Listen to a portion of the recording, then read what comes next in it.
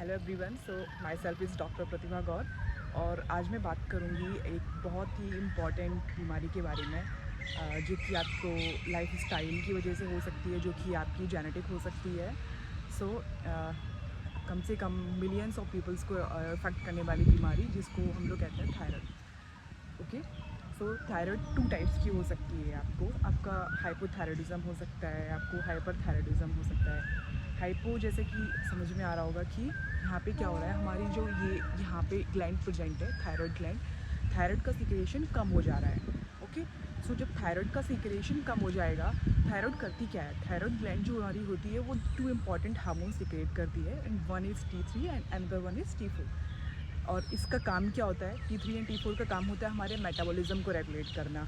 Metabolism क्या होता है, मेटाबॉलिज्म होता है हमारी, हम फूड से कितनी एनर्जी ले पा रहे हैं, है ना, हम लोग कितना एनर्जेटिक फील कर रहे हैं। Metabolism is everything.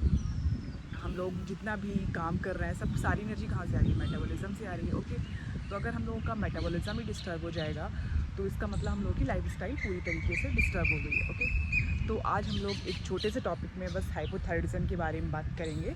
तो हाइपोथायराइडिज्म में क्या हो गया है, हमारा T3 एंड T4 का प्रोडक्शन डिक्रीज़ हो गया है।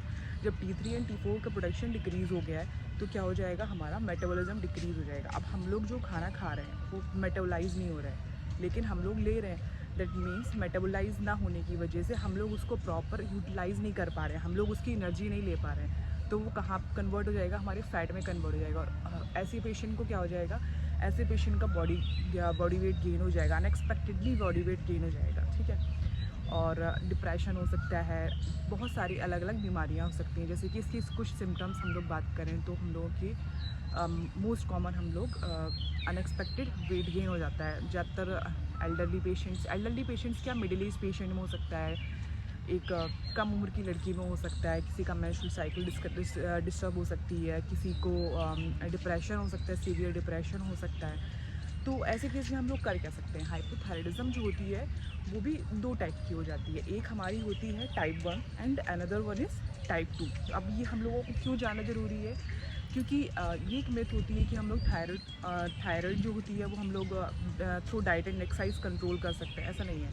आप जो टाइप 2 हाइपोथायराइडिज्म है उसको डाइट एंड एक्सरसाइज से कंट्रोल नहीं कर सकते हैं। क्यों नहीं कर सकते हैं, क्योंकि वो एक टाइप की हमारी जेनेटिक डिजीज़ है। और उसमें हो क्या रहा है, हमारी बॉडी कुछ ऐसे एंटीबॉडीज़ बना रही है जो कि हमारी थायराइड ग्लैंड के सिक्रेशन के प्रोडक्शन को क्या कर रही है, रोक रही है। ऐसी एंटीबॉडीज़ बनाई है। ओके, तो टाइप 1 की अगर हम लोग बात कर लें तो टाइप 1 को हम लोग डाइट एंड एक्सरसाइज से कंट्रोल कर सकते हैं, लेकिन टाइप 2 को हम लोग डाइट एंड एक्सरसाइज से कंट्रोल नहीं कर सकते हैं। तो पहले हम लोग टाइप 1 के बारे में बात करेंगे। तो टाइप 1 हाइपोथायराइडिज्म में क्या हो रहा है, हमारा बेसिकली वही T3 एंड T4 का प्रोडक्शन डिक्रीज़ हो रहा है। T3 एंड T4 का प्रोडक्शन डिक्रीज़ हो रहा है तो क्यों हो रहा है, जो थायराइड ग्लैंड के रेगुलेशन के लिए, थायराइड ग्लैंड को प्रॉपर फंक्शनिंग करने के लिए 2 इंपॉर्टेंट कंपोनेंट की रिक्वायरमेंट होती है। And first one is iodine and another one is iron. Okay, iodine and iron. तो हम लोग अगर नॉन वेजिटेरियन हैं then we can go for sea foods. And अगर हम लोग प्योर वेजिटेरियन हैं तो हम लोग क्या कर सकते हैं, आयोडाइज सॉल्ट यूज़ कर सकते हैं, कुछ आयोडीन युक्त चीज़ें यूज़ कर सकते हैं बेसिकली। आयरन के लिए हम लोग वेजिटेरियन के लिए अलग ऑप्शन ले सकते हैं, नॉन वेजिटेरियन के लिए अलग ऑप्शन ले सकते हैं। ओके, तो ये हमारी हो गई। तो टाइप 2 को आपको टाइप 2 के लिए आपको proper medication, doctor consultations and with diet and exercise की ज़रूरत पड़ेगी ही पड़ेगी। ओके, तो ये था हम लोगों का आज का टॉपिक, थायराइडिज्म। एंड हम लोगों ने बात की आज हाइपोथायराइडिज्म के बारे में। हाइपोथायराइडिज्म में टाइप 1 एंड टाइप 2 हाइपोथायराइडिज्म के बारे में बात की।